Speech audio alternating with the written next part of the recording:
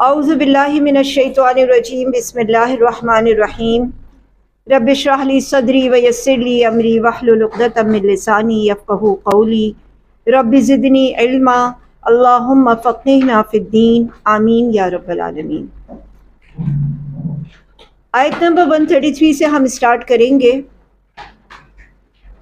ام کنتم شہداء، کیا تم حاضر تھے، اذ حضر، جب آئی یا حاضر ہوئی، واقع ہوئی، یعقوب الموت، یعقوب کے اوپر موت۔ اذ قال لبنیہ، جب کہا انہوں نے اپنے بیٹوں سے، ما تعبدون من بعدی، کس کی عبادت کرو گے میرے بعد؟ قالوا، انہوں نے کہا، نعبد الہک، ہم عبادت کریں گے آپ کے معبود، و الہ آبائک، اور آپ کے باپ ابراہیم علیہ السلام اور اسماعیل علیہ السلام اور اسحاق علیہ السلام کے معبود کی، جو الہ واحدہ ہے، یعنی ایک ہی معبود، وَنَحْنُ لَهُ مُسْلِمُونَ، اور ہم اسی کے لیے فرما بردار ہیں۔ میں نے پچھلی دفعہ آپ کو بتایا تھا، یہ موضوع میرا ابھی بھی باقی ہے، ملت ابراہیمی کا، جو آگے بھی آئے گا اور پیچھے بھی آ چکا ہے، ملت ابراہیمی۔ اب یہاں پر اللہ سبحانہ وتعالیٰ نے ایک موت کے وقت کی منظر کشی کی ہے، جو دنیا میں عروج والے لوگ ہوتے ہیں، نام والے لوگ ہوتے ہیں، جن کا نام تاریخوں میں لکھا جاتا ہے۔ آج نا ہماری قوم کو اس بات کی بھی خواہش نہیں ہے کہ ہمارا نام زندہ رہے، ٹھیک ہے، یا ہمارا کام زندہ رہے، یا ہمارا نام اللہ تعالیٰ کے پاس کچھ اچھے کاموں میں شمار کیا جائے۔ لیکن یہ نبیوں کا طریقہ ہے کہ وہ اپنے پیچھے ایسے فٹ پرنٹس چھوڑ کے جاتے ہیں۔ وہ کبھی نہیں چاہتے کہ ان کا کام جو اللہ تبارک و تعالیٰ نے ان کو دیا ہے، وہ کسی بھی لیول پہ یا کسی بھی سٹیج پہ ختم ہو جائے۔ آج ہم یہ چاہتے ہیں، مگر یہ چاہنا ہمارا مال کے ضمن میں ہوتا ہے، کاروبار کے ضمن میں ہوتا ہے۔ ایک مرد یا ایک عورت اگر اچھی بزنس مین یا بزنس ویمن ہے، تو وہ جیسے چاہتی ہے نا کہ میرا کاروبار نہ ختم ہو، آگے میرے بچے سنبھالیں، میری کمپنی نہ ختم ہو، بڑی مشکل سے اسٹیبلش کی ہے، یہ آگے لے کر چلیں لوگ، یا میرا کوئی بھی ادارہ یا کسی بھی قسم کی NGO۔ لیکن بحیثیت مسلمان ہمیں سارے فٹ پرنٹس لینے ہوتے ہیں اپنے پیچھے اپنے نبیوں اور رسولوں کے۔ سیرت کوئی واقعہ نہیں ہے جو گزر گیا، سیرت کوئی ہسٹوریکل ایونٹ نہیں ہے، سیرت ایک ایسی چیز ہے کہ ایسے نقش پا ہیں جو کہ قیامت تک ہمارے لیے مشعل راہ ہیں۔ اور زندگی میں ہم کچھ بھی کر رہے ہوں، اچھی سچویشن میں ہوں یا بری سچویشن میں، ہمیں پلٹ کے جو لینا ہوتا ہے وہ ہمیں قرآن اور حدیث سے لینا ہوتا ہے۔ اللہ تعالیٰ نے قرآن پاک میں فرمایا نا کہ جب تمہارے پاس کوئی معاملہ آئے، کہاں کی طرف اسے لوٹانے؟ اللہ اس کے رسول کی طرف۔ تو ہماری زندگی میں کوئی بھی معاملات آئیں، اچھے آئیں، برے آئیں، معاشی آئیں، مالی آئیں، کوئی بھی معاملے آئیں، زندگی کے آئیں یا موت کے آئیں، ہمیں لوٹانا اللہ اس کے رسول کی طرف ہوتا ہے۔ تو یہ آیت جو ہمارے سامنے ہے، اس کے اندر ایک واقعہ دکھایا جا رہا ہے۔ ایک ویژولائز کیجئے کہ ایک شخص ہے جو اللہ کا نبی ہے، اور اس کے اوپر موت کا وقت وارد ہو رہا ہے۔ اپنے اوپر رکھ کے تصور کیجئے یا دنیا داروں کے اوپر رکھ کے تصور کیجئے، اس وقت جو وارث ہوتے ہیں ان کے ذہن میں یہ ہوتا ہے کہ ابا کے پاس یا اماں کے پاس جو کچھ ہے، دیکھو کس کو ملتا ہے، کیا وراثت۔ یوں تو وراثت ڈکلیئرڈ ہے اللہ کی طرف سے، لیکن پھر بھی چاہتا ہے انسان کہ مجھے اس کی یہ چیز مل جائے، مجھے اس کی یہ چیز مل جائے۔ اور جو جانے والا ہوتا ہے اس دنیا سے، وہ بھی اس وقت پریشان اس حال میں ہوتا ہے، بلکہ میں تو سمجھتی ہوں ہر والدین زندگی میں پریشان ہوتے ہیں کہ ہم اپنے پیسوں کو یعنی اپنی وراثت کو ایکولی تقسیم کر دیں۔ کسی کا یہ نہ ہو میرے جانے کے بعد میری بیٹے کا، میری بیٹی کا، میری فلاں کا نقصان ہو، تو ایک فکر لگی رہتی ہے کہ کسی طرح سے ان کا حق ان کو دے دیا جائے، مرنے سے پہلے ہی دے دیا جائے، ٹھیک ہے۔ اور ہم نے بہت سارے ایسے لوگوں کو بھی دیکھا ہے کہ جو اپنے والدین کے بڑھاپے میں یا ان کے قریب الموت کے زمانے میں اس بات کی پہلے ہی تقسیم کر لیتے ہیں کہ ابا جی یہ لکھ دیجئے کہ یہ پلاٹ میرا اور یہ اس کا، تاکہ آپ کے بعد جھگڑا ہی نہ ہو نا کوئی۔ اگر ماں باپ کے ذہن میں نہیں آتا تو بچے انہیں یاد دلا دیتے ہیں کہ ایسا کر لیجئے۔ ہم اس کو بھی، اس واقعے کو بھی، موت کے منظر کو بھی لوٹاتے ہیں اللہ اس کے رسول کی طرف۔ تو ہم یہاں پر دیکھتے ہیں کہ نبی کریم صلی اللہ علیہ وسلم کے اوپر اترنے والا قرآن وہ واقعات نہیں ہے، وہ کوئی ہسٹوریکل بک نہیں ہے، وہ میرے اور آپ کے لیے ہے۔ موت آتی ہے ان کے اوپر تو اپنے بچوں کو بلاتے ہیں، اور یہ بھی بات یاد رکھیے گا، پوری زندگی آپ جس رخ، جس وجہ، جس سمت میں محنت کرتے ہیں نا، وہی آپ کا اثاثہ ہوتی ہے، وہی آپ کا اثاثہ ہوتی ہے۔ پیسہ کمانے میں محنت کی ہے تو پیسہ آپ کا اثاثہ ہے، نام کمانے میں محنت کی ہے تو نام آپ کا اثاثہ ہوتا ہے۔ مجھے یاد ہے میں اپنے والد کے آخری اوقات میں ان کے پاس ہوتی تھی، تو 2-3 بار میں نے ان کے منہ سے سنی یہ بات، بیٹا میرے نام کی عزت کو بٹا نہیں لگانا۔ عزت، ٹھیک ہے، جو یقیناً کسی بھی انسان نے بڑی مشکل سے کمائی ہوتی ہے نا، بہت مشکل ہوتا ہے، مٹتی تو 1 منٹ میں ہے، کمائی بہت مشکل سے جاتی ہے۔ اسی طرح کوئی کاروبار کے لیے پریشان ہوتا ہے، کوئی عزت کے لیے پریشان ہوتا ہے، کوئی کسی اور چیز کے لیے پریشان ہوتا ہے۔ اگر صحت سے عاجز ہو کے اس دنیا سے جا رہے ہیں تو یہی وصیت ہوتی ہے، بیٹا میری طرح یہ غلطی نہ کرنا۔ لیکن یہاں پہ ہم یہ دیکھتے ہیں، وہ کہتے ہیں ما تعبدون من بعدی، کس کی عبادت کرو گے میرے بعد؟ اس لفظ سے آپ کو کیا سمجھ میں آ رہا ہے؟ ذرا دماغ کی کھڑکیاں کھولیے۔ اس لفظ سے کیا سمجھ آ رہا ہے کہ انہوں نے ساری زندگی کس کام میں لگائی ہے؟ دین کے کام میں لگائی ہے، عبادت رب میں لگائی ہے۔ سمجھ آ رہی ہے بات؟ ان کی زندگی کا رخ وہ تھا، جیسے اگر کسی نے ساری زندگی رسومات سے انحراف کیا ہو تو وہ اپنے بچوں کو ہی کہتے ہیں نا، بیٹا دیکھو میں نے ساری زندگی یہ کیا ہے، میں چاہتی ہوں یا چاہتا ہوں کہ ان فضول چیزوں میں نہ پڑنا، ٹھیک ہے؟ تو جو پوری زندگی کی کمائی ہوتی ہے وہ آخری لمحات میں منہ سے نکلتی ہے، جس کے لیے انسان پریشان ہو رہا ہوتا ہے۔ اور یہی وجہ ہے کہ ہمیں حدیثوں سے یہ بات ملتی ہے کہ آخری وقت کے الفاظ یہ بہت معنی رکھتے ہیں۔ اگر ساری زندگی لا الہ پہ گزری ہوتی ہے نا تو آخری وقت میں بھی لا الہ پہ ہی ختم ہوتی ہے۔ اچھا، اور یہ ضروری نہیں ہے کہ جو ہم مردے کے پاس کھڑے ہو کے کہتے ہیں لا الہ پڑھو، لا الہ، کلمہ پڑھ لو۔ کلمہ پڑھنے کی چیز نہیں ہوتی ہے پلیز، کلمہ سمجھنے کی چیز ہوتی ہے۔ جس نے ساری زندگی اللہ کے علاوہ کسی اور سے لو ہی نہ لگائی ہو، امیدیں ہی نہ لگائی ہوں، وہ آخری وقت میں بھی کلمے کی حالت میں ہی جا رہا ہوتا ہے۔ ضروری نہیں ہے اگر اس کی زبان بند ہو جاتی ہے تو ضروری تھوڑی ہے آپ اسے زبردستی کہ لا الہ الا اللہ پڑھ لو۔ اس کا دل اور اس کی پوری زندگی اس فارم میں گزری ہوتی ہے۔ تو یہاں پہ یہ بات فرمائی جا رہی ہے، اس ایک لفظ نے ما تعبدون من بعدی، ان کی فکر دنیاوی، ان کی پریشانی، ان کی وراثت سب آپ کے سامنے کھول کے رکھ دی۔ قالو، انہوں نے کہا، بچوں نے، نعبدو، ہم عبادت کریں گے آپ کے الہ کی اور ابراہیم اور اسماعیل اور اسحاق کی، الہً واحدہ، جو کہ ایک ہی معبود ہے، وَنَحْنُ لَهُ مُسْلِمُونَ۔ یہ ایک عظیم منظر ہے، یعنی قرآن کی ان آیات میں تمام مفسرین نے اس کو ایک عظیم منظر قرار دیا ہے، جس کی منظر کشی اللہ سبحانہ وتعالیٰ نے کی ہے۔ آپ نے بچپن سے جب ہم پیراگراف رائٹنگ کرتے تھے تو منظر کشی کرتے تھے، ہمیں کہا جاتا تھا کہ منظر کشی کیجئے، ایک باغ کی منظر کشی کیجئے۔ اللہ سبحانہ وتعالیٰ نے بھی ایک منظر کشی کی ہے، اور اس منظر کشی سے ہمیں یہ نظر آ رہا ہے کہ کمائی جو کمائی جاتی ہے وہی کمائی اگلوں کے لیے چھوڑی جاتی ہے، جس کو وراثت کہا جاتا ہے۔ مالی وراثت کا تو سورہ نساء میں اچھی طرح آپ کو پتہ ہے، سب کی تقسیم آ گئی ہے، کوئی کسی کا حق نہیں مار سکتا، اس کے اتنا پرسنٹ، اس کو اتنا، اس کو اتنا۔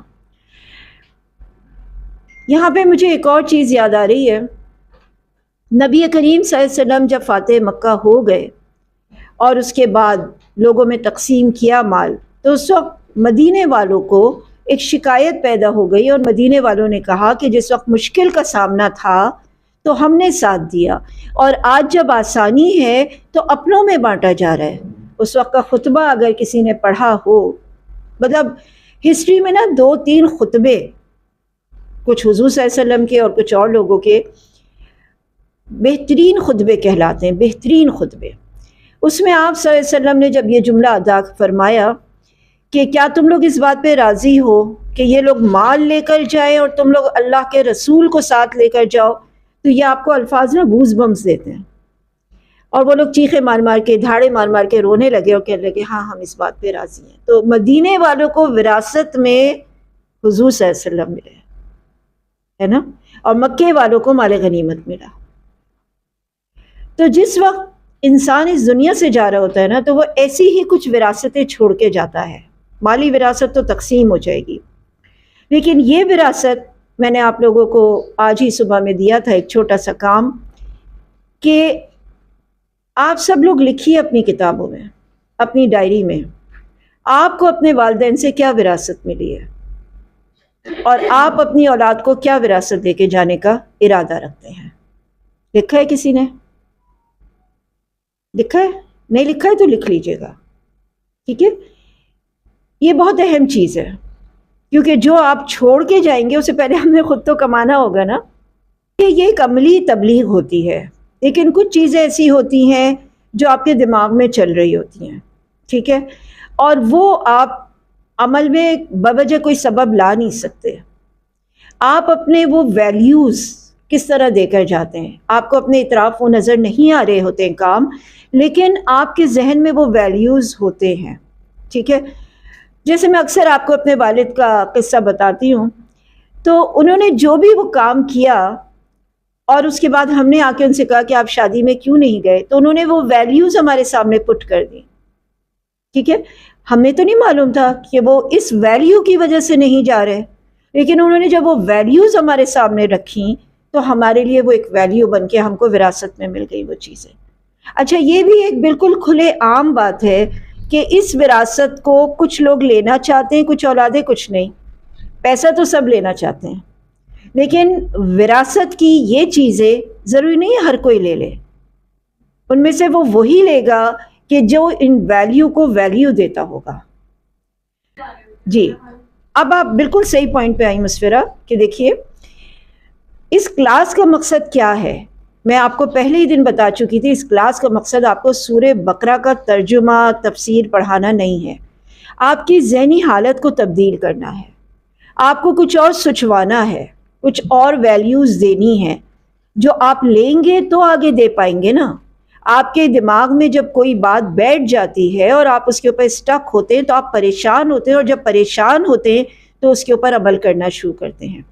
مثال کے طور پہ والدین میں سے، اب ہمارے والدین میرے تو نہیں ہیں، آپ میں سے جس کے ہوں ان کو اللہ تعالیٰ سلامت رکھے، لیکن جو لوگ نہیں ہیں، اب ہم اس اسٹیج پہ بیٹھ کے سوچ سکتے ہیں کہ یہ پریشانی نا والدہ کی طرف سے مجھے ملی ہے، یا یہ اوصاف مجھے والدہ کی طرف سے ملے ہیں۔ ایسا ہوتا ہے نا کہ آپ اگر 5 3 4 بہن بھائی ہیں تو کچھ چیزیں آپ نے اٹھائی ہوتی ہیں، کچھ آپ نے، صحیح ہے۔ اب ایسا ہوتا ہے کہ آپ کہتے ہیں کہ مجھے اپنی ماں کی نا یہ عادت میرے اندر آ گئی ہے، یا آپ کہتے ہیں میرے باپ کی یہ عادت میرے اندر آ گئی ہے، یا آپ یہ کہتے ہیں کہ میں نے اپنی ماں کو ایسا کرتے دیکھا نا تو اب میں سمجھتی ہوں مجھے نہیں کرنا چاہیے، یا میں نے باپ کو ایسے دیکھا تو اب مجھے ایسے نہیں کرنا چاہیے۔ ایسے بہت سارے واقعات ہوتے ہیں۔ کچھ چیزیں انٹینشنلی آپ اٹھاتے ہیں، کچھ ان انٹینشنلی اٹھاتے ہیں۔ تو اگر آپ والدہ ہیں اور آپ کی طرف سے آپ کے بچوں کو نیگیٹو چیزیں مل رہی ہیں، چاہے زبان سے چاہے اعمال سے، تو یہی وراثت ہے جو آپ دے رہے ہیں۔ آپ نے اگر ان کے سامنے کوئی بات غلط طریقے سے کی، غلط ویلیو دے کر کی، تو ان کے ذہن میں وہی بات آئے گی کہ یہ بات کو ایسے لیا جاتا ہے۔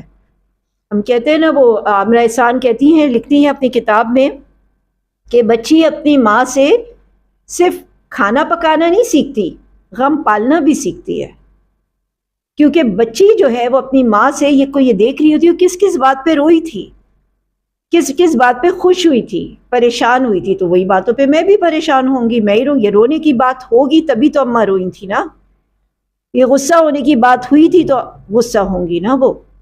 تو لہٰذا یہ ویلیوز بھی ٹرانسفر ہوتی ہیں، آپ کی جو اوصاف ہیں وہ بھی آپ کو اپنے والدین سے ملتے ہیں اور آپ سے آپ کے بچوں کو ملتے ہیں۔ تو اس لیے ایسی کردار سازی کی کلاسز میں آنا اس لیے ضروری ہے کہ آپ نے کچھ چھوڑ کے جانا ہے یہاں پہ، اپنے اولاد کے لیے کچھ سرمایہ چھوڑ کے جانا ہے، اور وہ سرمایہ وہی ہوگا جو آپ کمائیں گی اور آپ پھر چاہیں گی کہ آپ ان کو دیں، اور اپنی وراثت جو دیں گی آپ، اسی طرح اپنی وصیت صرف یہ نہیں ہوتی کہ مرتے دم آپ نے مال کو اس میں تقسیم کر دیا، 1/3 میں کسی کو بھی دے سکتی ہوں اس کو دے دیا۔ یہ ان لوگوں کی وصیتیں تھیں کہ دین سے نہ ہٹنا، شرک نہ کرنا، توحید پرست رہنا، گناہ کو گناہ سمجھنا، کرنے نہ کرنے کا اختیار تو اس اپنے اوپر ہے، یا پھر اللہ سے دعا مانگ لینا، لیکن اس کو ایٹ لیسٹ غلط سمجھنا یہ غلط ہے۔ ویلیوز دے کے چاہیے، اور ان ویلیوز کو زبانی نہیں بلکہ اپنے عمل میں لے کر آئیے کہ یہ میری ویلیو ہے تو ہے، میں اس کو غلط سمجھتی ہوں تو غلط سمجھتی ہوں، کوئی کر رہا ہے کرے، میں نہیں کر سکتی، یہ میں اس کو غلط سمجھتی ہوں۔ تو لہٰذا یہ ویلیوز، یہ اوصاف، یہ کردار سازیاں، یہ ساری کی ساری آپ ترکے میں چھوڑ کے جاتے ہیں۔ یہ ترکہ نظریہ حیات کا اور عقیدے کا ترکہ ہے جو انہوں نے چھوڑا، اور یہ عظیم ترکہ ہے، یہ ایک عظیم ترکہ ہے۔ یہاں ایک اور سوال پیدا ہوتا ہے، ہم جو یہ بات کہہ رہے ہیں نا سمن کے جو ہم کرتے ہیں وہی ہمارے بچے کرتے ہیں، لیکن کتنی عجیب بات ہے، آج معاشرے میں بچے وہ کر رہے ہیں جو ہم نے کبھی نہیں کیا، یا ہم کرنا ہی نہیں چاہتے۔ ایسے ہی ہے نا، انہوں نے گھروں میں کبھی نہیں دیکھا یہ، لیکن وہ کر رہے ہیں۔ لہٰذا ہمیں یہ دیکھنا ہوگا کہ کرنے کے علاوہ نہ بولنا بھی ہوگا، بتانا بھی ہوگا۔ کتنا وقت آپ اسپینڈ کر رہے ہیں اپنے بچوں کے ساتھ یہ بات بتانے میں کہ یہ چیز غلط ہے یا یہ چیز صحیح ہے، ایسا سوچو، اس طرح سوچو، چاہے وہ بھی نہ سوچیں۔ ہم نے بھی ایک لمبے عرصے کے بعد سوچنا شروع کیا نا، لیکن کم از کم یہ پڑھایا ہوا سبق انہیں کبھی تو یاد آئے گا نا، کبھی تو یاد آئے گا۔ آج نہیں یاد رہے گا، کل رہے گا، جب وہ والدین بن جائیں گے جب رہے گا، جب وہ اور بڑے ہو جائیں گے جب انہیں یاد آ جائے گا، یا شاید جب ہم چلے جائیں گے جب یاد آ جائے گا۔ کتنی بار آپ دیکھتے ہیں کہ والدین کے جانے کے بعد بچے ذرا الرٹ ہو جاتے ہیں، یا یہ ہمارے والدہ کی بنائی ہوئی چیز تھی، اس کا خیال کرنا ہے، یہ ہمارے والد کا بنائی ہوئی کام تھا، اس کو پہلے باپ چیخ رہا ہے، چلا رہا ہے کہ کاروبار پہ توجہ دو، وہ نہیں دیتے، لیکن ان کے جانے کے بعد نہیں، یہ تو میرے باپ کا چھوڑا ہوا کام ہے، اس کو میں لے کے آگے چلوں گا۔ آپ کو اس سے پھر محبت ہوتی ہے اس چیز سے۔ تو لہٰذا آج کے زمانے میں ہم دیکھتے ہیں یہ زمانے کی چالنا بڑی عجیب ہے، جو پچھلے 50 سال سے چل رہی ہے، یہ بالکل ایک مختلف چال ہے۔ اس سے پہلے دنیا نے ایسی چال نہیں دیکھی، ہمیشہ جو خاندان کی چیزیں ہوتی تھی وہی بچے لے کر آگے بڑھتے تھے، لیکن اب چونکہ دنیا ایک گلوبل ولیج ہے تو لہٰذا بچے وہ ساری چیزیں لے کر آگے چلتے ہیں جو دنیا میں اپنے ارد گرد دیکھتے ہیں۔ تو اس وقت بہت ضروری ہے کہ آپ کا عقیدے پہ مضبوط ہونا، آپ کا عقائد کو تھام کے رکھنا، اور آپ کا اس عقیدے کو ٹرانسفر کرنا۔ آپ خود مجھے بتائیے، اگر ہم نے اپنے بچوں کو عقیدہ ٹرانسفر نہیں کیا تو آنے والا دجالی دور کیا کریں گے اولادیں؟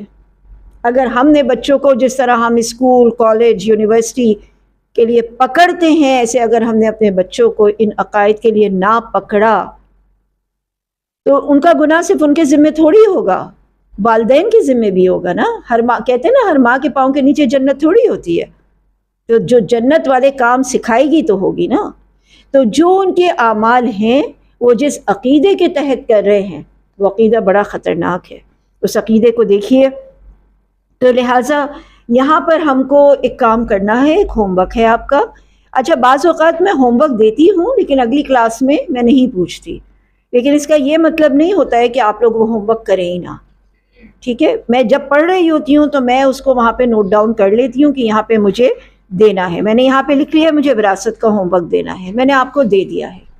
اب آپ لوگ کوئی 5ویں 6ٹھی کلاس کے بچے تو نہیں ہے نا کہ میں آپ کی کاپیز چیک کروں۔ آپ لوگ یہاں آتے ہی کیوں ہیں؟ اسی لیے تو آتے ہیں نا کہ علم حاصل کریں، اور اسی لیے آتے ہیں تاکہ آپ اس علم کی بنیاد پہ اپنے آپ کو امپروو کریں۔ تو ذرا ایک اچھا سا مضمون تو لکھیے گا وراثت کا، اور اگر اچھا ہوا نا تو ہم اسے چھپائیں گے بھی۔ اچھا سا مضمون لکھیے، اسی آیت کو سامنے رکھیے اور وراثت پہ جو اچھا لکھاری ہے، جس کے پاس اچھے الفاظ ہیں، بنائیے گروپ اور لکھیے، ٹھیک ہے، میرے والدین کی وراثت جو مجھ تک پہنچی اور جو میں اپنے بچوں تک پہنچانا چاہتی ہوں۔ تو یہ 2 حصوں میں ہوگا۔ ایک یہ کہ آپ کو آج آپ سب ماشاءاللہ یہ 1-2 بچیوں کے علاوہ باقی سب میچور تو سوری آپ بھی ہیں، لیکن ایک تجربے کار لوگ بیٹھے ہوئے ہیں، تو آپ لوگ دیکھ سکتے ہیں کہ آپ کے والد یا والدہ کی کون سی عادات نے آپ کو بہت فائدہ دیا ہے اور ان کی کون سی تربیت سے آج آپ گرو کر رہی ہیں۔ تو آپ اب اپنے بچوں کو کیا دینا چاہیں گی، ٹھیک ہے؟ آپ اس میں کوئی بھی بات لکھ سکتی ہیں، عقیدے کی بھی لکھ سکتی ہیں، عمل بھی لکھ سکتی ہیں، کچھ بھی، کہ میرے والدہ کا اخلاق بہت اچھا تھا، اس سے ہم نے یہ چیز سیکھی، وہ معاف کر دیا کرتی تھی، اس سے ہم نے یہ چیز سیکھی، وہ فلاں کرتے تھے، انہوں نے کبھی ہمیں برے کاموں میں کبھی ابھارا نہیں، یا بلکہ ہم پڑھے بھی تو انکریج نہیں کیا، کچھ بھی اس طرح آپ کے اور پھر ان کے لیے آپ مغفرت کی دعا بھی کر لیجیے گا کہ انہوں نے آپ کو اتنی بہترین چیز دے کے گئے ہیں اس دنیا سے، اور پھر اس کے بعد آپ آگے کیا دینا چاہتی ہیں، اس کو لکھیے، دل کھول کے لکھیے، یہ آپ کے ہی پڑھنے کی چیز ہے، اور اگر اچھا لگے گا تو انشاءاللہ تعالی اس کو کوئی اچھا سا کتاب چاہے ایک اچھا سا پیمفلٹ بنا کے ہماری وراثت، ہمارے بڑوں کی وراثت ہم تک اور ہماری وراثت اگلوں تک، اس کو ہم کریں گے، چھپوائیں گے۔ اچھا، اب اس کے بعد اللہ سبحانہ وتعالیٰ فرماتا ہے تِلْکَ أُمَّةٌ قَدْ خَلَتْ، یہ ایک امت تھی جو گزر گئی، لَہَا مَا کَسَبَتْ، اس کے لیے وہی جو اس نے کمایا، وَلَكُمْ مَا كَسَبْتُمْ، اب آپ اسی وراثت پہ اس کو رکھیے۔ یہ ایک امت تھی، یہ ایک ہمارے والدین تھے جو گزر گئے، ان کی کمائی ان کے ساتھ گئی، ٹھیک ہے، انہوں نے ہمیں اچھی چیز پہنچا دی، ہم عمل کریں گے تو ان کو فائدہ ہوگا، صدقہ جاریہ ہوگا، نہیں کریں گے تو بھی ان کا فائدہ ہے کہ انہوں نے اچھی چیز پہنچا دی تھی۔ لہا ما کسبت وَلَكُمْ مَا کسبتم، اب تم کماؤ، اب تم لے کر جانے کی تیاری کرو۔ وَلَا تُسْأَلُونَ عَمَّا كَانُوا يَعْمَلُونَ، تم سے نہیں پوچھا جائے گا ان کے اعمال کے بارے میں، اور نہ یہ یوں سمجھ لیجئے کہ انہوں نے جو اچھا عمل کیا اپنے لیے کیا، آپ کے لیے ایک تحفہ چھوڑ کے گئے، آپ نے کیا کام تو آپ اپنے لیے کریں گے۔ والدین نیک ہوں، اولاد اگر ان سے نہیں حاصل کر سکی تو اس سے ان والدین کے اوپر کوئی مسئلہ نہیں ہے، لیکن اگر والدین نے غلط چیز پہنچائی ہے اور اولاد اس پہ عمل کر رہی ہے تو اس سے والدین کو تکلیف ہے، کیونکہ ان کا آگے جا رہا ہے وہ صدقہ جاریہ، جو ایک برا صدقہ جاریہ ہے۔ تو ہمیں کوشش یہ کرنی ہے کہ ہمارے اعمال کی سوئی جب رک جائے نا، ہماری گھڑی جب اسٹاپ ہو جائے نا، اور اس میں ہمارے کچھ برے اعمال شامل رہے ہوں زندگی میں، اس کو آگے نہ بھیجیے گا۔ اولاد کے سامنے بھی یہ ایڈمٹ کر لیجئے کہ ہاں یہ غلط چیز تھی جو میری طرف سے تم تک گئی، آگے نہ کنٹینیو کرنا، ٹھیک ہے؟ یا خود تائب ہو جائیے کہ ہاں میں نے غلط کیا تھا اس وقت، میں تائب ہو گئی ہوں، اب میں آئندہ اس چیز کو کنٹینیو نہیں کروں گی، تو لہٰذا تم لوگ بھی نہ کرنا، یہ غلط چیز تھی، میں نے غلط کیا تھا اور میں نے اسے بھگتا تھا، اب اس کو نہ کرنا۔ کوئی بھی چیز جو جذبات میں ہو جاتی ہے، غصے میں ہو جاتی ہے، رشتہ داریوں میں ہو جاتی ہے، وہ تم نہ کرنا۔ ہمیشہ چھوڑ کے جانے والی وہ چیز چھوڑ کے جائیے گا جو بعد میں آپ کے لیے صدقہ جاریہ بنے، مصیبت نہ بنے۔ دیکھیے جب آگاہی آتی ہے نا، جب قرآن سے آدمی جڑتا ہے تو اسے اپنے گناہ نظر آتے ہیں، جب وہ نہیں جڑتا نا تو اسے دوسروں کے گناہ نظر آتے ہیں۔ ہمیشہ جو اللہ تعالیٰ نے قرآن پاک میں کہا نا کہ تمہارے اپنی ہاتھ کی کمائی سے تم کو تکلیف پہنچتی ہے، کچھ آسمانی مصیبتیں ہوتی ہیں لیکن کچھ ہمارے اپنے ہاتھ کی کمائی ہوتی ہے۔ مثال کے طور پہ ہماری عقل نے غلط فیصلہ کروا دیا، اور کیونکہ ہماری عقل نے ہمیں اسے صحیح بنا کے دکھایا تھا تو ہم نے تو اپنے حساب سے بالکل صحیح کام کیا جو میری عقل نے مجھے سمجھایا، لیکن یہ کہاں سے شیورٹی آپ کو ملے گی کہ آپ کی عقل نے آپ کو صحیح سمجھایا؟ علم سے ملے گی نا۔ عقل کو کون جلا بخشتا ہے؟ علم۔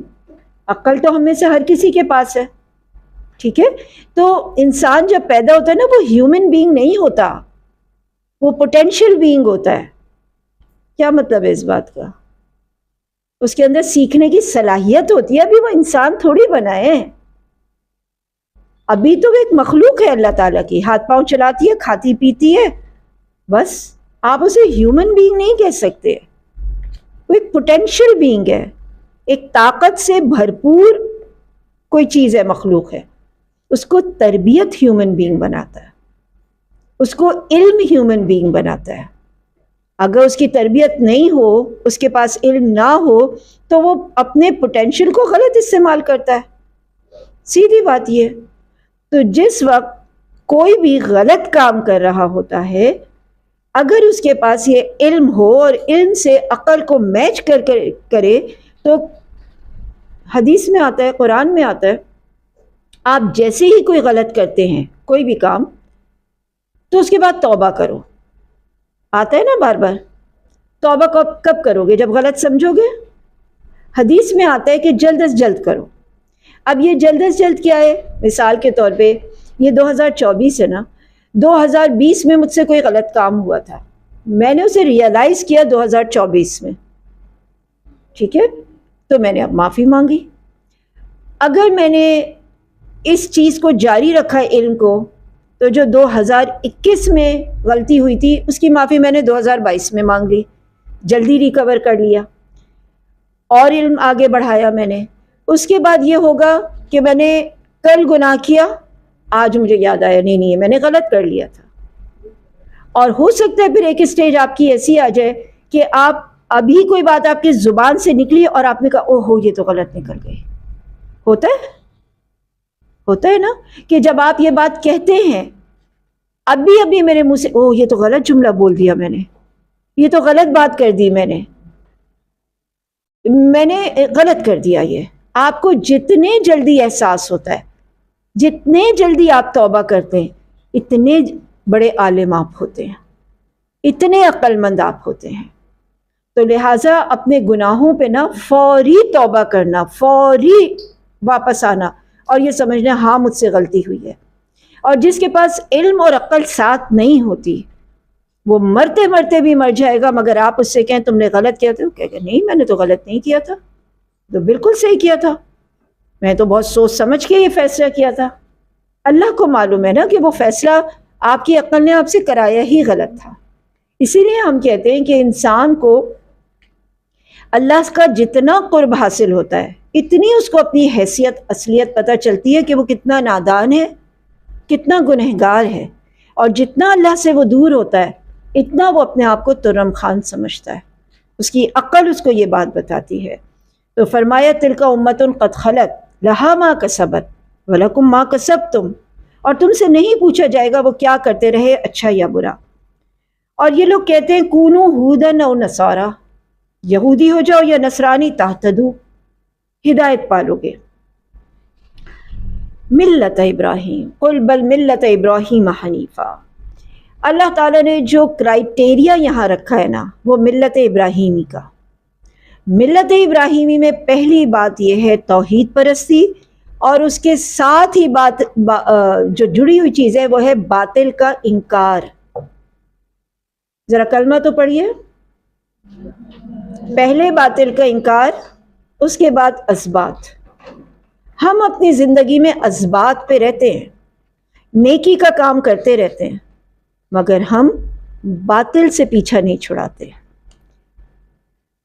نمازیں سب پڑھتے ہیں، روزہ سب رکھتے ہیں، حج زکوٰۃ سب کرتے ہیں، مگر زبان کے گناہوں سے باز نہیں آتے، بدگمانیوں سے باز نہیں آتے، الزام تراشیوں سے باز نہیں آتے، پڑوسیوں کو تکلیف دینے سے باز نہیں آتے۔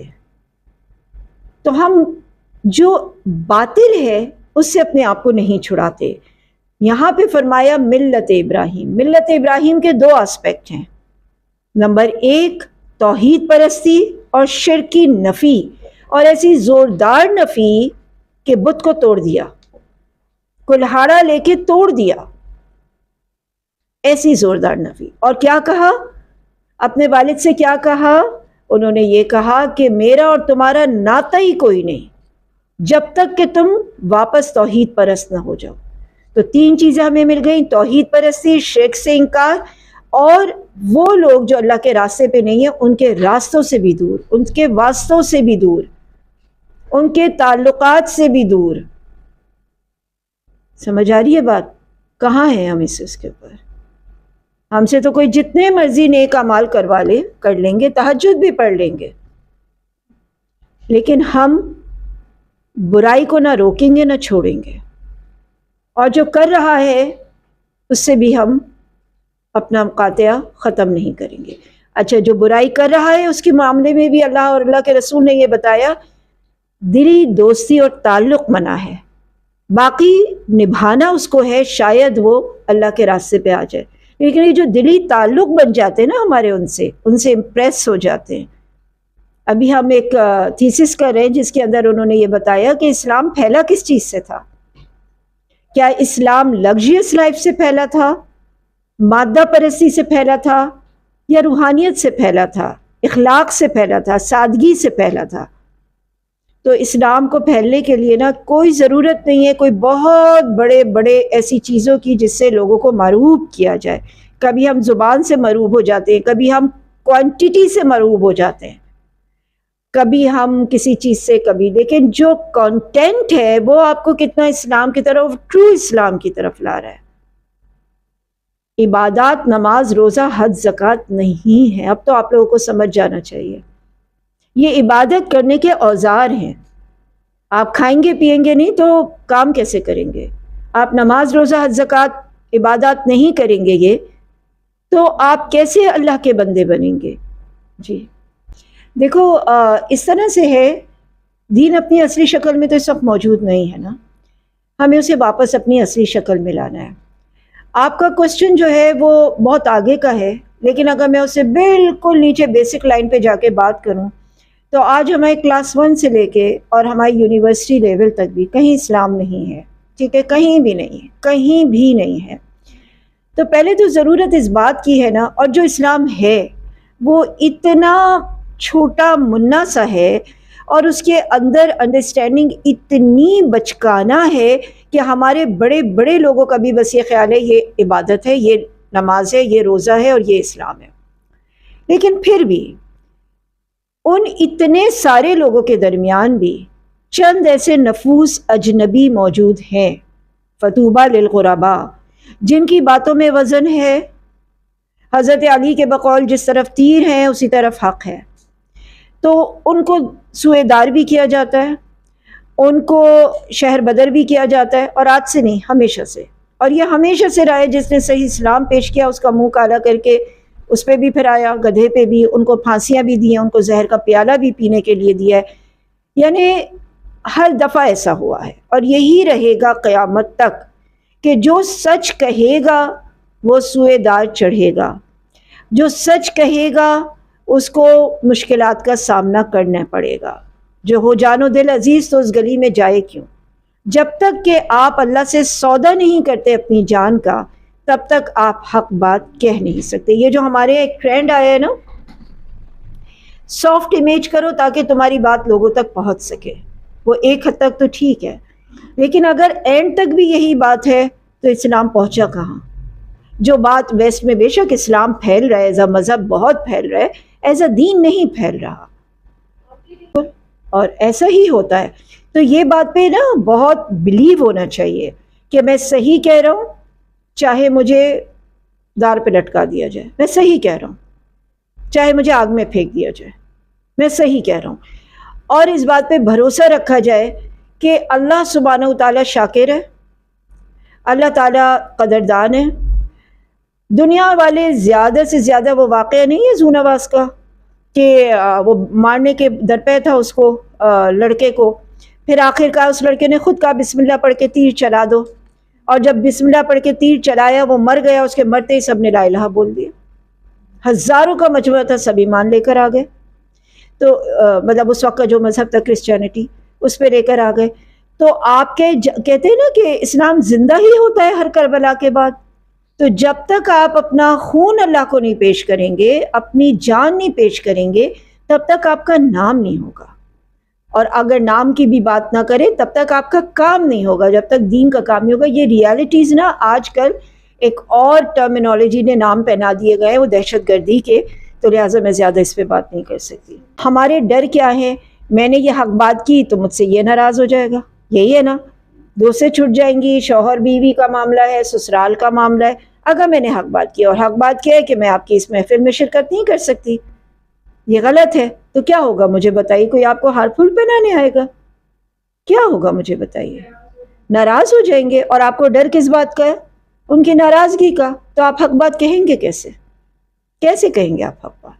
آپ نہیں کہہ سکتے۔ آپ نے اگر حق بات کہی، ڈاکٹر اسرار احمد نے ایک دفعہ عالمگیر مسجد میں آ کے ایک حق بات کہہ دی، نکاح کا سیشن تھا، اور آپ نے نکاح کے سیشن میں وہ جہیز کے بڑے خلاف تھے، اور جریح آدمی تھے، سامنے باراتی بیٹھے ہوئے تھے، اور انہوں نے کہہ دیا کہ ایک تو لڑکی لے کے جاتے ہو، اوپر سے مال بھی لے کے جاتے ہو بغیر، تو اس کے بعد سے وہ وہاں پہ بین ہو گئے۔ ٹھیک ہے، تو جو آدمی حق بات کہتا ہے نا، وہ بین کر دیا جاتا ہے۔ سیدھی بات یہ، بات غلط تو نہیں تھی، بات تو 100% صحیح تھی۔ تو حق بات کے ساتھ جڑا ہوتا ہے ایک زبردست قسم کی ریٹیلیشن۔ اگر آپ بات کر رہے ہیں بڑے سافٹ امیج کی، بڑے پیارے پیارے، اور سامنے آپ کے ہزاروں کا مجمع ہے، اور آپ سمجھ رہے ہیں کہ آپ نے اسلام آپ نے دین پہنچا دیا، تو آپ نے دین نہیں پہنچایا، آپ نے فقط مذہب پہنچایا۔ نماز روزے کی بات کر لو، اخلاق درست کر لو۔ کون یہ بات شروع کرتا ہے اپنی پریچنگ سے؟ لا الہ سے، سب الا اللہ سے شروع کرتے ہیں، لا الہ سے تو کوئی بات نہیں شروع کرتا۔ تو یہ کہتے ہیں کہ یہ نصارہ ہو جاؤ یا یہودی، ملت ابراہیم حنیف ہے، وما کان من المشرکین، وہ شرک نہیں کرتا تھا، وہ کسی کے ساتھ مشرک نہیں تھا۔ کہہ دیجئے ہم ایمان لائے اللہ پہ، وما انزل الینا، اور جو ہم پہ نازل ہوا، اور جو نازل ہوا ابراہیم، اسماعیل، اسحاق اور یعقوب علیہ السلام پہ اور ان کے بیٹوں پہ، وما اوتیا، اور جو دیا گیا ہمیں موسیٰ عیسیٰ کے ذریعے، وما اوتی النبیون، اور جو دیا گیا نبیوں کو من ربہم، ان کے رب کی طرف سے، لا نفرق بین احد منہم، ہم تفریق نہیں کرتے نبیوں میں، ہم سب کے لیے فرما بردار ہے، اس کے لیے اللہ کے لیے فرما بردار ہیں، لیکن ہم فالو کریں گے صرف نبی کریم صلی اللہ علیہ وسلم کو۔ فَإِنْ آمَنُوا، پھر اگر وہ ایمان لے آئے، سوچئے کتنا بڑا یہاں ایک ٹیسٹ رکھ دیا گیا، بِمِثْلِ مَا أَنْتُمْ آمَنْتُمْ بِهِ، اگر وہ ایمان لائیں جیسا کہ تم ایمان لائے، یعنی صحابہ کرام ایمان لائے ہیں، فَقَدْ اهْتَدَوْا، تو یہ ہدایت پر ہے۔ اتنا بڑا کرائیٹیریا ہمارے سامنے ہے، تو مجھے بتائیے ہم میں سے کس کا ایمان صحابہ کرام جیسا ہے؟ نہیں ہے نا، ہمارا تو تابعین تبع تابعین جیسا بھی نہیں ہے۔ تو کیا نہیں ہے تو ہم کوشش بھی نہ کریں کہ ہم کسی پیرائے میں اپنے نبی سے، اپنے صحابہ کرام سے کسی وصف میں مل جائیں، کوئی ایک چھوٹی سی چیز میں کہ یہ ان کا طریقہ کار تھا، میں بھی ویسے ہی طریقہ کار اپنا لوں۔ وَإِن تَوَلَّوْا، پھر اگر وہ منہ موڑ لیں، فَإِنَّمَا هُمْ فِي شِقَاقٍ، پس بے شک وہ ایک دور کی گمراہی میں ہے، فَسَيَكْفِيكَهُمُ اللَّهُ، پس اللہ کافی ہو جائے گا تم کو ان کے مقابلے میں، وَهُوَ السَّمِيعُ الْعَلِيمُ۔ صبغۃ اللہ، یہ ایک الگ ٹاپک ہے، اور اس کو انشاءاللہ میں قلوب کی دنیا پارٹ 2 میں طے کروں گی۔ قلب کی دنیا کو دوبارہ لیں گے اور صبغۃ اللہ کے ساتھ لیں گے انشاءاللہ۔ وَمَنْ أَحْسَنُ مِنَ اللَّهِ صِبْغًا، اور کون ہے بہتر اللہ کے رنگ سے، وَنَحْنُ لَهُ عَابِدُونَ، ہم اسی کے لیے عبادت کرنے والے ہیں۔ کہہ دیجئے تو حاجوننا، کیا تم جھگڑا کرتے ہو ہم سے فی اللہ، اللہ کے معاملے میں، وَهُوَ رَبُّنَا وَرَبُّكُمْ، میرا بھی رب ہے تمہارا بھی رب ہے، وَلَنَا أَعْمَالُنَا وَلَكُمْ أَعْمَالُكُمْ، میرے لیے میرا عمل تمہارے لیے تمہارا عمل، ہم اسی کے لیے خالص ہیں۔ یا تم کہتے ہو ابراہیم، اسماعیل، اسحاق، یعقوب اور اسباط یہودی اور نصرانی تھے، تم زیادہ جانتے ہو، قُلْ أَنْتُمْ أَعْلَمُ أَمِ اللَّهُ، یا اللہ تعالیٰ، وَمَنْ أَظْلَمُ مِمَّنْ كَتَمَ شَهَادَةً عِنْدَهُ مِنَ اللَّهِ، اس شخص سے زیادہ ظالم کوئی نہیں ہے جو شہادت کو چھپائے، گواہی کو چھپائے جو اس کے پاس ہے اللہ کی طرف سے، یعنی توحید کی گواہی۔ وَمَا اللَّهُ بِغَافِلٍ عَمَّا تَعْمَلُونَ، اللہ تعالیٰ غافل نہیں ہے ان اعمال سے جو تم کر رہے ہو۔ تِلْكَ أُمَّةٌ قَدْ خَلَتْ لَهَا مَا كَسَبَتْ وَلَكُمْ مَا كَسَبْتُمْ وَلَا تُسْأَلُونَ عَمَّا كَانُوا يَعْمَلُونَ۔ آیت کا ترجمہ پہلے کر چکی ہوں۔ اس آیت کو پڑھ کے ہمیشہ میرا یہ دل چاہتا ہے، تِلْكَ أُمَّةٌ قَدْ خَلَتْ، ایک دن ہم بھی ہو جائیں گے نا، آج ہم یہاں پہ کل نہیں ہوں گے، تو ہمارا بھی ذکر اسی آیت میں آ گیا، تِلْكَ أُمَّةٌ قَدْ خَلَتْ۔ مسئلہ سارا آتا ہے لہا ما کسبت، کیا ہم اس کیٹیگری میں فال کر رہے ہیں جس کے لیے اللہ تعالیٰ کہے کہ وہ اپنی کمائی بہترین کر گئے؟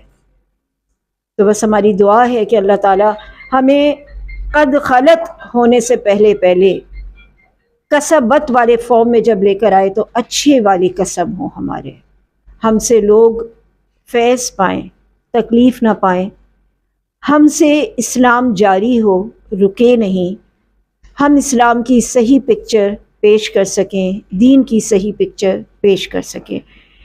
انشاءاللہ العزیز آپ کو جو ہوم ورک دیا ہے اس میں آپ لوگ جب تھوڑی سی سرچ کریں گے اور آپ دیکھیں گے کہ قرون اولیٰ میں کس طرح لوگوں نے، صرف آپ ان کے نام ہی دیکھ لیجئے اٹھا کے تو آپ کو پتہ چلے گا، ایک لمبی لسٹ ہے جنہوں نے قرآن کی خدمت کی ہے، سیرت کی خدمت کی ہے، فقہ کی خدمت کی ہے، اور ہم آج کے دور میں کیا خدمت کر رہے ہیں؟ صرف ان کتابوں کو پڑھ ہی لیں، پڑھیں بھی نہیں، میں کہتی ہوں اپنے گھر کی زینت بنا لیں تو ہی بہت بڑی بات ہے۔